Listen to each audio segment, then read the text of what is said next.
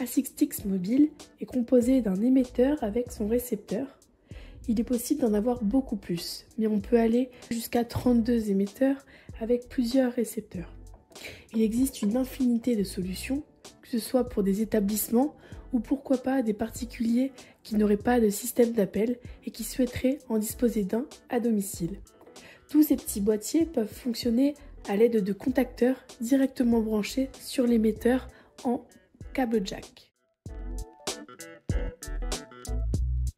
Il suffit d'appuyer sur le bouton pour que le récepteur vibre et émette un signal sonore indiquant qu'un appel a été lancé.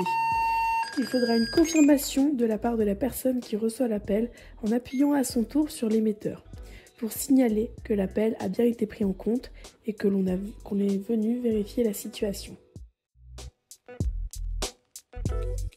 Si la personne qui a déclenché l'appel se trouve hors de portée du récepteur, ce dernier informera la personne qui porte le boîtier par une vibration qu'elle est sortie du champ de captation. Si la personne ne revient pas dans le champ de captation, ce n'est pas un problème car le boîtier enregistrera l'appel.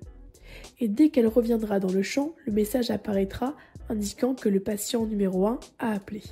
Lorsque le soignant ou l'aidant sort du champ de réception, pour répondre au signal, par exemple à 50 ou 100 mètres selon la zone et l'épaisseur des murs, il reçoit une information indiquant qu'il ne peut plus recevoir le signal, libre à lui de sortir du champ ou non.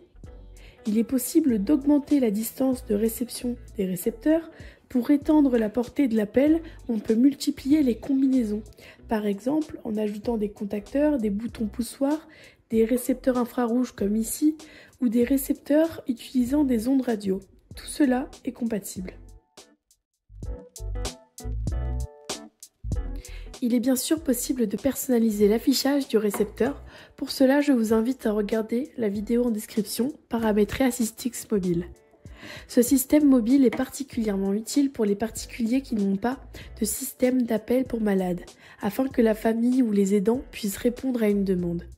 C'est une solution polyvalente car on peut utiliser des boutons poussoirs simples, mais aussi des contacteurs musculaires ou des contacteurs au souffle. Il s'agit surtout d'une solution économique pour les structures qui n'ont pas d'appel malade adapté, et notamment pour celles qui souhaitent équiper chaque chambre avec un système traditionnel.